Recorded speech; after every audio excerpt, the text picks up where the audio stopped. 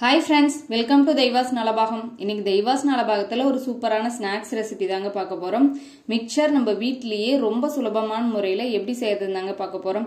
இது இப்போ நம்ம வீட்ல ஸ்நாக்ஸ் கேட்டாங்கன்னா நம்ம இது போல செஞ்சு வச்சுக்கிட்டோம்னா ரொம்பவுமே சூப்பரா இருக்கும். அடிக்கடி போய் நம்ம கடைகள்ல வாங்க தேவையில்ல. வாங்க எப்படி செய்யறதுன்னு பார்க்கலாம்.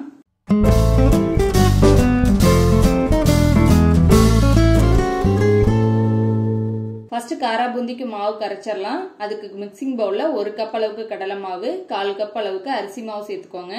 இதுக்கு ஒரு 3/4 டீஸ்பூன் அளவுக்கு உப்பு சேர்த்துக்கோங்க. இது கூடவே காரத்துக்கு 1 டீஸ்பூன் மிளகாய் தூள், 1 சிட்டிகை அளவுக்கு சோடா உப்பு சேர்த்துட்டு 1/4 டீஸ்பூன் பெருங்காய தூள் சேர்த்துட்டு நல்லா ஒரு வாட்டி எல்லாத்தையும் கலந்து விட்டுறலாம். மாவு நல்லா கலந்ததுக்கு அப்புறம் இதுல கொஞ்சம் கொஞ்சமா தண்ணி சேர்த்துட்டு ஒரு தோசை மாவு பதத்துக்கு நம்ம கரைச்சி எடுத்துக்கலாம். இந்த மாவு ரொம்ப தண்ணியாவும் இருக்க கூடாது, அதே சமயம் ரொம்ப கெட்டியாவும் இருக்க கூடாது. இந்த மாதிரி பதத்துல இருக்கணும். அப்பதான் நம்ம பூந்தி பொரிச்சு எடுக்கல அழகா முத்து முத்தா கரெக்டா வரும்.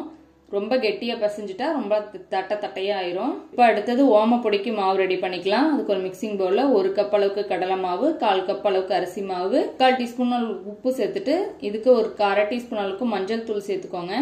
சேர்த்துட்டு காரத்துக்கு நான் மிளகாய் தூள் 1 டீஸ்பூன் இதுலயே சேர்த்துக்கிட்டேன். லாஸ்டா நீங்க சேர்த்துக்குவீங்க, காரம் சேர்த்துக்குவீங்க அப்படின்னா இப்ப ஸ்கிப் பண்ணிக்கலாம். நான் லாஸ்டா சேர்க்காம இப்பயே சேர்த்துக்கிட்டேன். சேர்த்துட்டு இப்ப இல்ல தண்ணி கொஞ்சம் கொஞ்சமா சேர்த்துட்டு ஒரு சாஃப்டான மாவை பிசைஞ்சு எடுத்துக்கலாம். மாவு இந்த மாதிரி பதத்துல இருக்கணும்.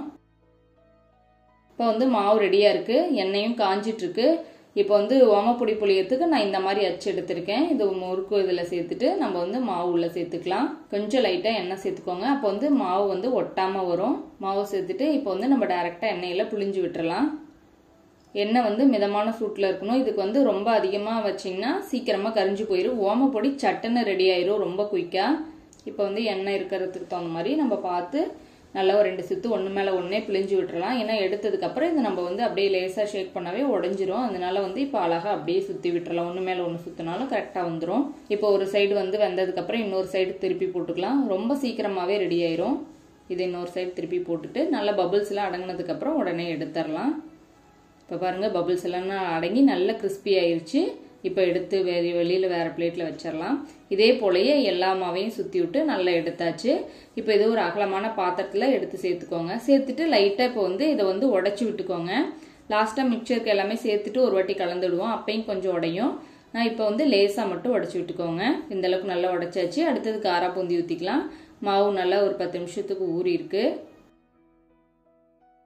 இப்ப இந்த பதத்துல இருக்கு. இந்த மாதிரி ஒரு ஜல்லி கரண்டி நம்ம எல்லா வீட்லயும் இருக்கும். இப்ப இதை வச்சுட்டு நல்லா மேல ஒரு கரண்டி மாவு எடுத்து ஊத்தணும் அப்படின்னா கீழே அழகா பபிள்ஸ் விழ ஆரம்பிச்சிரும். மாவு இதுக்கு எண்ணெய் கொஞ்சம் நல்லா சூடா இருக்கணும். அப்பதான் ஒவ்வொரு பபிள்ஸ் விழுந்தது உடனே மேல வந்துடணும் மாவு. அப்பதான் நல்ல கிறிஸ்பியா சூப்பரா வரும். பாருங்க இப்படி மேல தேய்ச்சி விட்ட உடனே எல்லா மாவும் அப்படியே மேல உடனே எலும்பி வந்துடணும். அந்த மாதிரி எண்ணெய் சூடு இருக்கணும். இப்போ இது போல் எல்லாத்தையும் நல்லா தேய்ச்சி விட்டுட்டு நம்ம பொரிச்சு எடுத்துக்கலாம். நல்லா பபிள்ஸ்லாம் அடங்கி நல்லா கிறிஸ்பியானோடனே வெளியே எடுத்துடலாம். அவ்வளோதாங்க. இது போல் எல்லாத்தையும் நம்ம பொரிச்சு எடுத்துக்கலாம். இப்போ காரா பூந்தி நல்லா ரெடியாக இருக்குது. இப்போ இது ஓரமாக இருக்கட்டும். அடுத்தது இது போல் ஒரு ஃபில்டர் நம்ம எல்லா வீட்லேயும் வச்சுருப்போம். இது அப்படியே எண்ணெயில் வச்சுட்டு மற்ற இன்க்ரீடியன்ஸில் இதுக்குள்ளே போட்டு பொரிச்சுக்கலாம். இது ஒரு 1/2 கப் அளவுக்கு வேர்க்கடலை எடுத்திருக்கேன். இதை உள்ள சேர்த்துட்டு நல்லா பொரிச்சு எடுத்துக்கலாம். இந்த மாதிரி சேர்த்துட்டு நம்ம பொரிக்கும் போது எடுக்கிறதுக்கு ரொம்பவுமே ஈஸியா இருக்கும். இப்ப நம்ம இதெல்லாம் பொரிச்சு எடுத்து இன்னொரு பாத்திரத்துல தனியா போட்டுக்கலாம். இது கூடவே ஒரு 1/2 கப் அளவுக்கு பொட்டுக்கடலை எடுத்திருக்கேன். இதையும் பொரிச்சுக்கலாம். இது அளவு இவ்வளவுதான் கிடையாது. நமக்கு எந்த பொருள் அதிகமா பிடிக்குதோ அதை அதிகமா சேர்த்துக்கலாம். நம்மளோட அளவுகளை பொறுத்து இது எப்படி வேணாலும் சேர்த்துக்கலாம். கூட குறைவாவோ எப்படி வேணாலும் சேர்த்துக்கலாம். இதையும் பொரிச்சாச்சு. இது கூட ஒரு 1/4 கப்புக்கு மேல கொஞ்சம் அதிகமா இருக்கு. அவள் சேர்த்து நல்லா பொரிச்சுக்கலாம். அவளும் சட்டுன்னு ரெடி ஆயிரும். இது போல நல்லா பொரிஞ்சதுக்கு அப்புறம் இதையும் எடுத்து அந்த பாத்திரத்துல சேர்த்துக்கலாம். ஒரு 4-5 பல் பூண்டு தோலோட தட்டி வச்சிருக்கேன் நல்லா வாசனைக்கு. அதையும் பொரிச்சுட்டு அது கூடவே கொஞ்சம் பச்சை கறிவேப்பிலையும் பொரிச்சு எல்லாம் உள்ள சேர்த்தாச்சு. இதுக்கு ஒரு 1/4 டீஸ்பூன் உப்பு சேர்த்துட்டு இதுக்கு காரத்துக்கு ஒரு 1/2 டீஸ்பூன் மிளகாய் தூள் சேர்த்துக்கலாம். கூட ஒரு 2 பிஞ்ச் அளவுக்கு மஞ்சள் தூள் சேர்த்துட்டு எல்லாம் நல்லா ஒரு வாட்டி கலந்து விட்டுறலாம். நம்ம டைரக்டா மிக்சர்ல சேர்த்துட்டோம்னா இது மட்டும் தனியா தெரியும். இதுல உப்பு காரம் இருக்காது, போட்டாலும் இதுல படாது. ஆனா இதுவே தனியா கலந்துட்டு சேர்க்கும் போது மிக்சரோட ஒன்னாவே நல்லா இருக்கும். பார்க்கவும் டேஸ்ட் எல்லாமே சூப்பரா இருக்கும். இப்ப நம்ம வச்சிருக்கிற ஓமப்பொடிக்குள்ளேயே நம்ம எடுத்திருக்கிற காரா பூந்தி மற்ற நட்ஸ் எல்லாத்தையும் உள்ள சேர்த்துக்கலாம். சேர்த்துட்டு எல்லாம் நல்லா ஒண்ணு போல நல்லா கலந்து விட்டுருங்க. போட்டு ரொம்ப கலந்தோம்னா மிக்சரில் உடஞ்சிரும். அப்படியே அழகாக கிராஜுவலாக கலந்து விடுங்க. அவ்வளோதாங்க, நம்ம சூப்பரான மிக்சர் ரொம்ப அருமையாக ரெடி ஆயிடுச்சு.